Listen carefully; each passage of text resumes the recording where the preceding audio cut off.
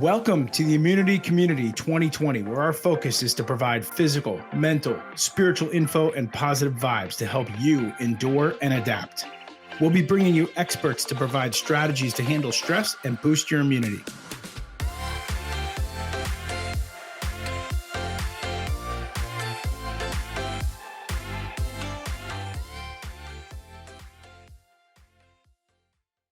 Welcome, everybody, to the Immunity Community 2020. I am really excited to have these two professionals and women here with me today. We're going to talk about two of my favorite subjects. One, arthritis. Well, I don't necessarily like arthritis, but it's something that I deal with personally and professionally on a daily basis.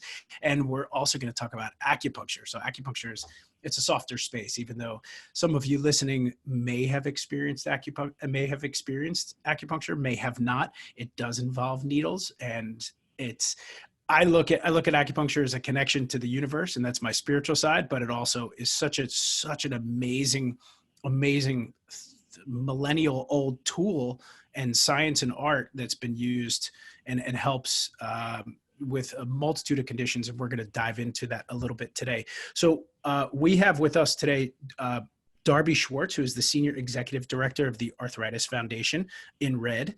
And you can wave so people see who you are there. Thank you. And Mina Larson, who is that blue? It's navy blue, right? Yes. Did I get that right? Yes. Okay, good. I'm wearing black. So Mina, are you the Executive Director or CEO? I'm Is the that CEO. the title? Yeah. CEO of the, this is a mouthful, people, but we're going to go to the abbreviation in a second. The National Certification Commission for Acupuncture and Oriental Medicine. And we're really going to dive into the certification because I'm very intrigued and interested and curious about how this is relating to society in general. It goes by NCCAOM. So that'll be on the quiz for everybody listening later. So just write that one down, okay? I want to start with Darby. And for those of you listening and have been listening to the Immunity Community 2020, this is my first two-person interview. So I'm really excited. And if I screw this up, then please forgive me. So Darby, can you tell us a little bit about what is the Arthritis Foundation? Sure. So the Arthritis Foundation has been around for a long time. We have markets and offices across the country.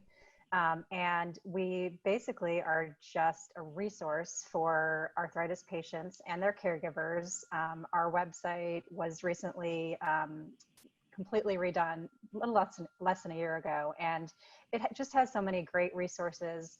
And we want to be sort of that go-to for arthritis patients and their caregivers between doctor's appointments, because we know it takes a long time to get in to see a doctor. Sometimes you have to wait months, and people need answers. And we are, a trusted resource for all things arthritis. So that's kind of our goal, is to help people with arthritis live their best lives. And sort of our tagline is live yes with arthritis, because too often we hear people say, I can't play with my grandkids, or I can't bend down, I can't garden because my knees hurt, my back hurts, my arthritis bothers me. And we want to give them resources so that they can say yes to doing those things instead of saying no to doing those things. Love it. So that's like the psychosocial aspect of like just saying yes, or the internal spiritual aspect of saying that yes on the inside. Now, just for our listeners, so we can differentiate, the Arthritis Foundation supports, because arthritis can vary from juvenile arthritis, which is such a sad condition. Like it just touches my heart, because it's like children to suffer with this is really, it's just, it's such a, it's heavy. And osteoarthritis, which is rampant, right? I don't want to call it a crisis. It's just, it is, I mean, what I've seen as a practitioner and in the wellness industry for, 20 years, we start getting it in our late 20s, early 30s due to injuries or poor posture or things not sliding and moving and gliding properly in the body. So can you just speak to that a little bit so people have an understanding of, the range of support that you guys provide? Sure. So I think one thing that most people don't realize is that there are over 100 forms of arthritis. And a lot of things fall under that arthritis umbrella that you might not necessarily think about, such as lupus, gout, scleroderma, even Lyme disease is an autoimmune form of arthritis. The main three types of arthritis that people know most about is the osteoarthritis, as you mentioned, which is a breakdown and wear and tear. And then rheumatoid arthritis, which is an autoimmune type of arthritis that the body attacks itself from the inside out. And also, as you mentioned, juvenile arthritis, excuse me. So like you said, a lot of people don't realize that kids get arthritis. And there are over 300,000 kids in the country who have arthritis, which is just a crazy statistic. And nationally, there are over 54 million people who have been doctor diagnosed with one of the other types of arthritis. And we know that there probably are a lot more out there who have not been doctor diagnosed. And, you know, one of the things that we always hear is people think arthritis is just something that your grandmother gets when she gets older and she just takes some aspirin and the pain goes away. My arthritis. So not true. So that's, you know, a big part of what we do too, is just educating people and helping them, you know, understand really how big of a problem arthritis is. And it is the #1 cause of disability in the United States. So it really is a staggering problem, as you said. Well, it's awesome that this organization is there, because it's really serves as a support mechanism. So you're not treating patients, but you're providing information and support. Right. Can you talk to us a little bit about, and this is cool because we're all learning about this as well. I'm gonna touch on the aspect of acupuncture in a minute, but so the whole Live Yes Connect platform, what's involved with that? Like, how can so for those of us listening and we want that psychosocial support or whatever, any kind of support, how does that work? So there are two very important components to our Live Yes Connect. And this kind of is a new platform that we launched a little over a year ago also. And we, as it kind of implies, want to connect arthritis patients with each other, because a lot of times, especially when someone is diagnosed with arthritis at a young age, even if it's in your 30s or 40s, that still is, you know, pretty, you feel like you're pretty young, and to be given an arthritis diagnosis. I still feel like I'm young. I do too. I know. Which is good, right? Good. We'll support Live Yes and support each other for sure. Exactly. But the Live Yes is really meant to be an online community. We have what we call connect groups that are essentially support groups where we try to get people together. They were in person, obviously, several months ago, and we have really all transitioned to online. Hopefully one day we'll get back to being in person, but not right now. And really, we've seen a huge increase in the number of people who have joined these connect groups. And it's just a great place for people to get together, talk about their arthritis. We encourage the connect groups, they're all volunteer driven. We encourage them to have a subject matter expert. So to get someone on who can talk 1 week about acupuncture and chiropractic, 1 week maybe they get somebody different who can talk about nutrition, different things that will help them in their arthritis journeys. So that's been a very important way to keep people connected, especially during a time like this. Another important aspect of our new platform is the Insights program, which you can go to arthritis.org and take this. It takes less than 10 minutes. It's a survey. All the information is completely confidential. It's a certified promise survey that we ask questions, and we take the data that comes out of that, again, without any personal information. And it really allows us to create individual programming in different areas so we can really serve the patients that live in certain areas. So awesome. Definitely encourage everyone to do that. We had over 18,000 respondents in the first year after it was launched. So it is sort of the biggest arthritis survey of its kind that's ever been done, and which we're very proud of, obviously. But the more folks that we can get to take the survey, the more accurate we can be in our intentional programming and serving our communities.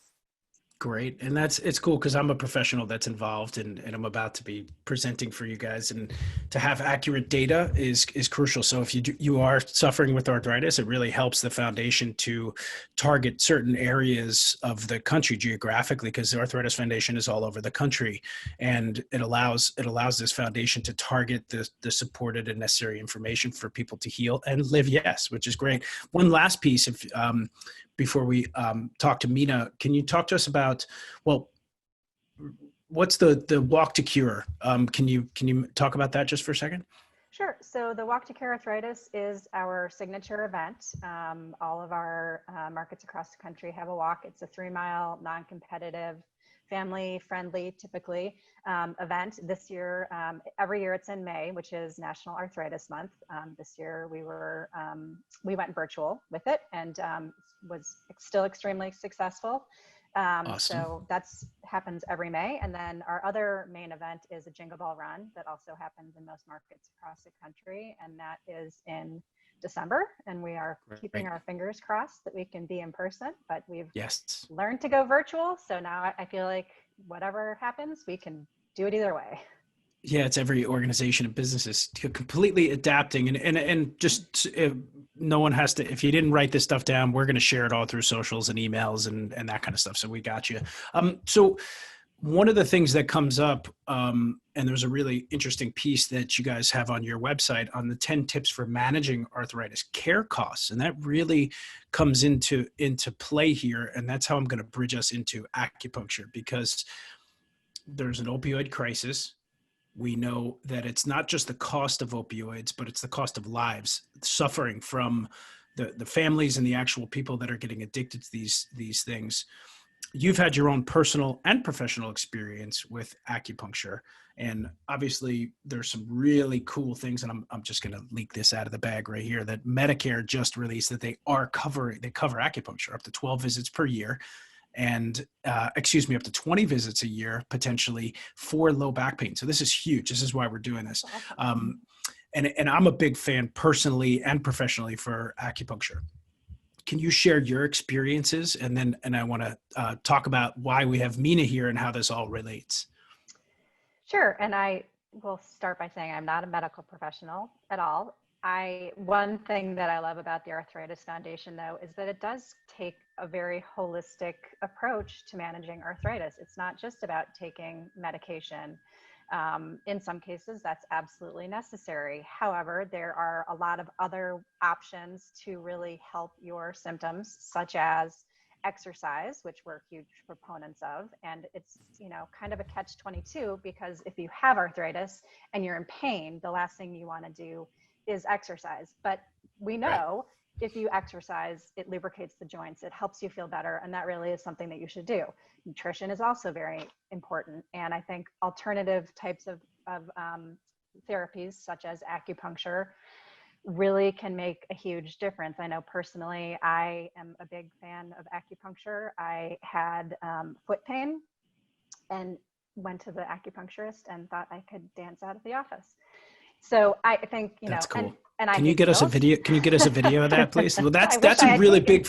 That's a huge piece, though, because you hate needles, right? Yeah. So, what was that? Did that cause some fear for you? And Mina, are you okay if I'm tapping into this? Because I would love. I love it. Thank you. Because I really like, because that's so many people that I talk to. Right. I mean, acupuncture needles are very different than getting an injection. Right. For sure. Important. Right. Yeah. And I think for me, the pain just got so bad in my foot that I was in my early 40s and I was having trouble walking and I couldn't go places with my kids. And I was like, I'm only 40. Like, this is not an acceptable way of life. And I tried all sorts of other things. I didn't want to have surgery. This was kind of my last resort before having surgery. And it really was just kind of mind over matter. And it made such an amazing difference. And as you said, it's a completely different type of needle. And I think if you can just get yourself into the right mindset, the benefits are monumental. Well, and your story is what I see all the time. Acupuncture has been around longer than chiropractic, longer than Western medicine. I've seen, some of these old school, things on Geography Channel or whatever it is, where they found these carcasses with tattoos on them, and they trace these tattoos back to acupuncture points and meridians. And these things are thousands of years old, tens of thousands of years old, which is really, really interesting. And yet it was the last thing you tried. It was like a last resort. And that's just, it's like we're programmed to say, oh, I'm going to take a pill first, or I'm going to go get surgery. And then if you're 40 and you don't have torn ligaments or broken bone, what else am I going to do? Right. But acupuncture is a phenomenal thing. So this gives us a really a good way to jump into talking with Mina. So Mina, can you tell us what is the NCCAOM? Sure. So the NCCAOM is a credentialing organization. We are the national certification board that certifies acupuncturists throughout the whole country. So we have a partnership with state regulatory boards to license acupuncturists. So we administer a series of exams, and we have a certification program, several programs that qualified individuals must meet. They have to take the exams. They have to meet certain other criteria, like the clean needle technique exam, and about 2,000 to 3,000 hours, depending on which state. It's a lot of education. And once they've completed that, then they actually and have met all of the other requirements to be able to sit for our exams they pass if they become certified with us. So that qualifies an individual to be able to get state license. So in my state, Virginia, once you have achieved NCCM National Board certification, then you can go ahead and practice in that state. So as a credentialing organization, we do a lot to make sure that there's safety protocols set forth for the practice of acupuncture, as well as Chinese herbs, because it's not just about acupuncture, it's a whole umbrella of medicine that we call either Oriental medicine or traditional Chinese medicine or traditional Asian medicine. And it's a lot. We have body work, which is Tuida and acupressure. We have herbs that I mentioned. We have, as Darby mentioned, diet. There's a whole diet that's based on Asian medicine that's very different from traditional diets that we talk about here in the U.S. And then, of course, exercise, which is a big part of what this East Asian medicine is about. So all of this is something that the NCCAOM really puts together in their certification program. And we also do a lot of awareness. We've been around for about 40 years. We really want to partner with state regulatory boards, the federal government. We've been doing a lot of federal advocacy to really advance this medicine, so that everyone has access to it. As you both mentioned, it's often their last resort. People are suffering needlessly for years and years, and then they realize, okay, I've got to try this. And they do, and they said, why didn't I come to this before? I myself had a debilitating autoimmune condition that was really not being well addressed with my Western medicine physicians. With all due respect, the medication and surgeries weren't working. So I went ahead and started seeking acupuncturists even before I entered into this profession. And I realized this is working beautifully for me. My symptoms are getting better, and how come I didn't know about this? So this is part of my calling, is to educate and inform as many people as possible, work with other healthcare providers, policymakers, the media, to bring awareness to this wonderful medicine. As you mentioned, Brian, it's been around for 3,000 years. We have lots and lots of evidence and research that shows the efficacy of it for, as you mentioned, for pain, for arthritis, for autoimmune, for mental health. It's just that people are not aware of it, and it's about really getting that information out there to the public. Well, and I'm a huge fan as well, and I'm using whatever gifts I possess and be able to get my voice out there. And it's not just for my business, because we provide acupuncture. It's a shameless plug right there. But and I'm doing this because I've seen, just as a professional as a whole, acupuncturists have had a little more challenge marketing themselves and getting themselves out there. Yes. Or it's like a woo-woo thing, or it's really big in California, but California is very different than the East Coast. California. So right. I want to walk our listeners through this so they have an understanding, because I clearly get this because I went to chiropractic school. I went to undergraduate college. Then I went to a specific school for chiropractic. And then I had to pass 4 different boards to become a licensed professional. So it's not just graduating school. And this serves in that same element. So someone would go to school, acupuncture school, right? And correct me if I'm sure, wrong. Absolutely. And then they go and they take these exams, so they become nationally recognized and certified. Right. Absolutely. Mhm. How many states have adopted this protocol and these guidelines? There are 47 states plus DC that regulate acupuncture. Alabama, South Dakota, and Oklahoma have not yet created regulation. We're working on that. And California, as you mentioned, the great state of California, they have the highest number of acupuncturists, and they have their own examination system. They're the only state that really has its own exam process that is different from ours. All the other states require and accept the NCCAOM examinations or certification. But again, California does its own thing, and we're working on them to incorporate it, because from a federal standpoint, as we're working with the federal government, you mentioned CMS, the VA now hires national board certified acupuncturists, the DOD is working on it. We really want to be under one standard. So we're constantly working with California to bring it all under one roof of the NCCAOM.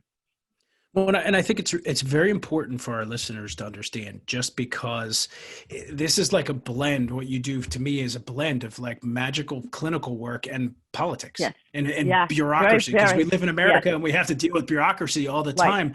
But also it's just because it's covered by insurance doesn't mean that it works. That's just my experience. And what's interesting is that acupuncture, yes, Medicare just accepted it for low back pain only, which to me, that's a first step. Yes, because I've treated my own psychological issues where I'm stressed and it takes my stress levels down. I've treated musculoskeletal pain for myself and for patients. So it's got an arthritis, obviously, and it's a great tool to treat those things. So what is your, obviously, like we can sit here and all three of us would significantly agree, okay, acupuncture is a phenomenal tool to combat this opioid crisis. But as a licensing board and regulation or regulatory board, what's your goal? Like, what's your wish? If you could say, okay, I did my job. If I can just, use a magic wand and the next day, I would want to have every single person in the U.S. have access to acupuncture and acupuncturists, because you mentioned addiction. Opiate addiction is a huge crisis in our country. And obviously opiates haven't worked. So we're moving away from that. And we belong to a group called Voices for Non-Opiate Choices, which is about bringing non-pharmaceutical interventions in medicine to those people that are suffering from pain, which, addiction and pain are very related. And also for mental health. That's a big calling for me, because I see that this is a major gap in healthcare. I know many people who are suffering from mental health. Almost every one of us knows someone who's suffering from mental health.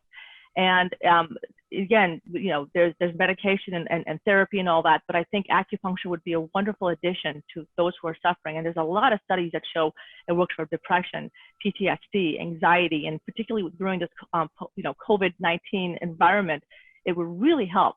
The other wish that I would have is that we would start using acupuncture for preventative care, because oftentimes we come to the acupuncturist at our last resort. We're like ready to just fall apart and say, help me. So, and they do. Our acupuncturists are wonderful, and they do. But if we start using it for preventative care, for immune building and getting ourselves in shape, making sure that we're eating well, the whole gamut, herbs, which are very powerful and do a lot of tremendous work for chronic conditions, that would prevent a lot of the diseases that we're struggling with. Well, this is, it's very apropos to our immunity community and what we're all going through, because we're all under some severe uncertainty and psychological stress. The physical stresses are there, and then also just boosting our immune system. So Darby, what would be your wish? Oh boy. I think my wish would just be for more people to access the Arthritis Foundation information, because I do feel like we have such great information and can be such a great resource. I also would like to mention our advocacy program, which is extremely strong. We have over 1.5 million advocates, and it's really easy to sign up to be an e-advocate and just get information as things are happening. But again, the advocates are instrumental in helping us make policy changes. So I think just really, I feel like the Arthritis Foundation has been around for so long, and we have such great information. And I hate going to meetings and people saying, "Oh, I never knew there was an Arthritis Foundation." Right. So I think it's and the NCCAOM. I want to get that out slowly. That's been around for 40 years. So we've both been around for a long time. Right. So I'll give you my wish. My wish is to support and just have such a strong, I would say, political push and a bureaucratic push. I don't want to use it in a negative way, but like really being able to rise above whatever opinions we have, because and I love how the Arthritis Foundation is pushing for holistic services. One thing that came to me, you guys have a support line, correct? Yes. A phone line? Okay. Can you just talk about that for a quick second? Sure. It's a 24/7 support line staffed by licensed therapists. So available again to anyone who has a question about arthritis for themselves, or if it's a caregiver, whoever it is, a family member. It's a great resource. We've seen over 70% increase in calls during the last few months because of COVID-19. So it really just reinforces how important having that kind of service is. And it can be questions about, getting help covering prescriptions, stress management, alternate therapies, really any question about arthritis. Those therapists can help guide you in the right direction. And it's free. And it's free. Right. Yeah. So people, this is, and these are strong organizations. Like if you're looking for something useful to donate to and put your support and money and time and effort, and I'm volunteering as a subject matter expert for the Arthritis Foundation. And we're going to be doing work, Mina and I together, to help get this stuff pushed through. Cause I too wish for acupuncture and other, I don't like to say alternative. I look at these as holistic. Integrative. Versus, you can use integrative. yes, That's a good, I love it. I love integrative is great because that's because one of the cool things that I've seen through friends of mine who are acupuncturists is taking into consideration the emotional component of what someone's going through. Yeah. And it integrates all of that together. So Mina, can you leave us with any, besides a wish, but any suggestions or requests from our listeners that we can help push this? Absolutely. We want to definitely bring, as you mentioned, Brian, we want to bring awareness to acupuncture and all of the different therapies or medicine that encompasses it. So if you're interested in seeking acupuncture, we would like you to go to our website, nccam.org. We have a directory where we have thousands of practitioners. We have about close to 19,000 acupuncturists throughout the world. And all of these individuals are qualified and have been vetted through the NCCAOM. And we have a lot of information. As Darby mentioned, they have a lot of terrific information in the Arthritis Foundation. We have a lot on our website. We've even created a COVID-19 section to provide information during this difficult time for those who want to get more information about acupuncture. You want research, we have that. Advocacy is a big component of what we do. We're really working with the powers that be at the federal level to get this medicine out there, to get more coverage for those who need it the most.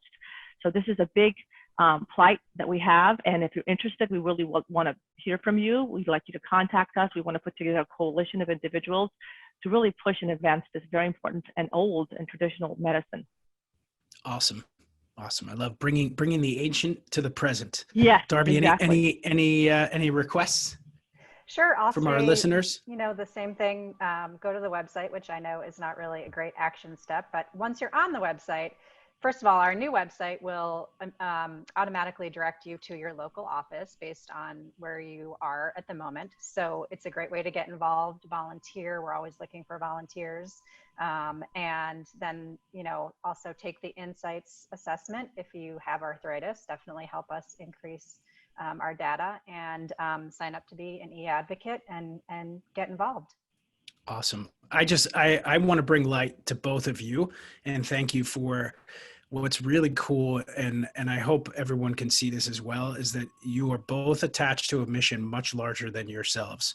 And it's just a beautiful thing to be surrounded by people. So I really appreciate you guys giving me the time and the space to get this out here and get this out to not just our channel here, but a much wider audience. So I'm really excited to be involved with both of these organizations, and also thank you both for just like serving above self. So it's a beautiful thing. Thank you. Thanks for having us. Thank you. Thank you for having us. Got it. All right.